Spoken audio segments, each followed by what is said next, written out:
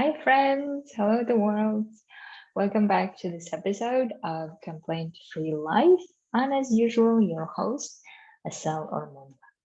So, today's topic is going to be actually very special, yet probably also very short. And I don't want to talk too much about it, but I want to just address the issue of how we are often the advocates of the worst scenarios that we think will happen, and therefore we continue advocating for it, while we also are great advocates of our lives in normal and usual life. So, what I mean by it is something that I will explain in a minute, but I just want to bring your attention to this ability of ours that we tend to have and that we tend to grow a lot, especially when we're afraid. So this ability of ours that we have is basically advocating for how things are not going to change, how everything's going to be bad, how we're not going to make things work the way we want to, and therefore we stay where we are. Okay, so let me give you an example that you can maybe relate to it, and then I will speak more about it. So let's imagine that you decided to transition, right? So this is one of the many examples in life you can think of, but let's imagine this example of you wanting to transition. So you are a humanitarian or you want to become a humanitarian, whichever the way you are transitioning to, you are deciding to do that now. When you start considering all of these options, obviously your brain will offer you things like this is not going to work out. You will not be finding another fulfilling job. You will not be stable. It will not be predictable. It will be unknown. You will run out of money. You will have to go back again. You will be ashamed. All of these things, right? So your brain has a natural tendency to offer those as options of worst case scenarios of what's happening.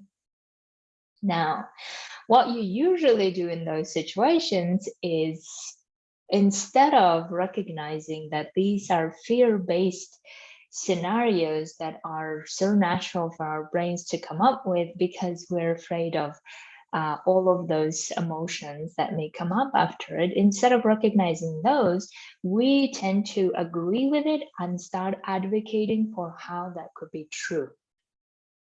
So not only we start listening to it and start believing to them, start thinking that that's true and oh my God and all of this, not only we do that, we actually start advocating for them to be true, for them to happen, and we start saying that no, in order not to make that happen, I rather stay where I am now, even though we don't like where we're now. Can you see how crazy our brains are? I mean, I love our brains for all the things that it can do, and it's amazing. But also, I just want to bring your attention to this ability of how we might be actually advocating for things to fall apart or for things not to be working the way we want to, and therefore we rather stay. In other words, we're advocating for us to stay where we are, where we don't like, instead of exploring what could happen if we actually did try and go for something else. So, my dear friends, this could be a scenario that we are doing not only this transition, but with anything else in life, that if we are expecting some change, or if we are wanting to make some change, or if we're wanting to pursue some goal that we want in life, that we really think it would be great to do that, yet we end up advocating for staying where we are rather than going for what we want. Right? So this is the ability that we have, and that ability that it comes at no effort. Do you know what I mean? Because usually when we develop an ability, right? So like develop an ability to read something in a particular language, or develop the ability to listen to and understand in a foreign language, or even the ability to understand in a particular topic, whatever it is. So usually it takes time to develop that ability, that skill. But we also shouldn't forget that we have the other opposite skill, which we haven't really learned, but it's at default available to us as if, I mean, I don't know about you, but at least in my life, it seems like I have so many of those default skills that I didn't even know existed. And they are so good at advocating for things to stay the way it is instead of changing. I guess they would be the skills of fear. Now, assuming that this is what's happening with you, that you are advocating for staying where you are put instead of changing and making things work the way you want to, if this is happening to you now, then it might be the case that you are not even aware of it. And that's the crazy part about it. In other words, even if you're doing this to yourself, you may not even be aware that this is what you're doing. Now that's where it gets tricky, because we usually believe that we do things on purpose and we do things consciously, especially if we're making decisions, and therefore we are likely to make decisions in favor of our well-being, or in favor of well-being of our families and children. This is what we usually think is how we function in the world.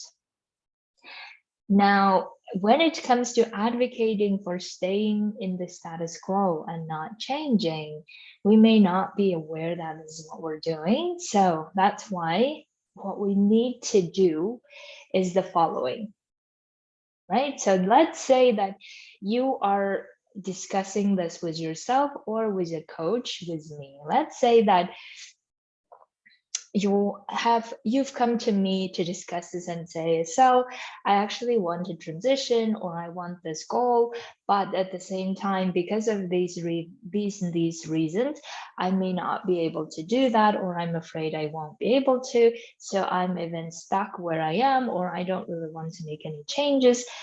These are the things. So you imagine you told me all of this. Now I ask the question, of course, of why are you advocating for the status quo if you don't like it? So as your coach, this is what I'm going to say, or I'm going to ask. Of course, I could ask many other things of getting to that question, but the bottom line, that the question that I will eventually ask is, why are you advocating for the status quo? After you exploring this within your own mind, you will realize that it's because of fear. Likely that's where we end up in the end of the conversation. You are afraid. And that's absolutely understandable. Right? So we are afraid of those changes. We are afraid of what's going to happen after we actually do make a decision, after we actually go for that decision. We're afraid. We're afraid of the unknown. We're afraid of what's happening. We're afraid of whether we can manage it. We're afraid of taking responsibility. We're afraid of many things. So obviously, when our brain is afraid of making of these things, it's not going to make a decision to move forward and to pursue that goal. And that's very understandable, right? Because our brains from the evolution have developed to be fight or flight reactions when it's too afraid. And that's okay too. And we understand that. So that's why when we are going to discuss it further and just explore things at the level of thinking exercise, we're not even going to actually do things, but at the level of thinking exercise, we're just exploring things of, what if it worked out this way? What if it worked out that way? What if you were able to make this happen? What if you made that happen? What if you took responsibility for this and created the results you want? What if you didn't have to choose things? What if you could get all the things that you wanted? This is the choices or the exploration options that I offer to you, right? So I will say, let's explore these just for an exercise sake. We're not even doing anything. We're just exercising and we're just exploring things. And even then, you may start arguing with me and bringing up reasons why this may not work. Right? That's again normal because you have no evidence of all of those things happening because you only have the evidence of what you have currently, or you only have the evidence of what you have done in the past. And probably also you have done so much already, invested so much in your current situation that changing that would be somewhat a loss. So we're dealing with the fear and we're dealing with the fear of loss. Fear of the unknown and fear of the loss. So two very strong arguments why we shouldn't do anything else. So again, it's important that we explore all of those arguments that we have, but at the same time, it's important for us at the conscious level recognize that we may have that skill or the ability to be advocating for status quo at any cost. Now, if we're doing it out of certain good reasons that we like, and therefore we're doing it, that's fine. But if we're doing it because we're afraid of the alternative, then that's where the work needs to be done. Right? If we're doing it because we believe that the alternative sucks or alternative is worse or alternative is not really something you will consider, then obviously the status quo is where you will be advocating for. That's obvious for anyone, right? You would never want to choose the worst. You would always choose the situation at least you know, or at least you like in some ways, or you like it in general. Now, the crazy part is that what if the alternative is actually a lot better than the status quo now? Right? Then that means that we're actually advocating for the worst case scenario than the best case scenario. What? My brain just exploded. Because depending on how we look at the perspectives, right? Depending on how we look at the alternatives. If the alternative is the unknown, the unpredictable, the unstable, then obviously we will choose the status quo of what we know. But if we know and recognize that we have this ability to advocate for the status quo in the because of fear, in the absence of the alternative or in the absence of great alternative, then obviously we're going to choose the status quo. However, if we understand that we have this ability to advocate for status quo just because we have this fear and we don't really want to face the fear, then we may start thinking about, wait a minute, what if I explore the alternative? And what if the alternative is actually better, far better than the one that I'm advocating for? Then is it really good for me? Is it really advantageous to advocate for the status quo when I can make the alternative even better? Right? So that's the reason why I think we should all recognize and realize that we have these built-in abilities to stay safe, built-in abilities to stay in comfort that once we found it, and we don't really want to move forward because we think that moving forward will destroy the comfort, destroy the safety. But the great news is that we can always create new safety, new comfort at a different level, at a different perspective, in a different set of circumstances. And more, we can continue creating it, continue working towards getting our goals. And in the meantime, exploring new horizons, new perspectives, new alternatives.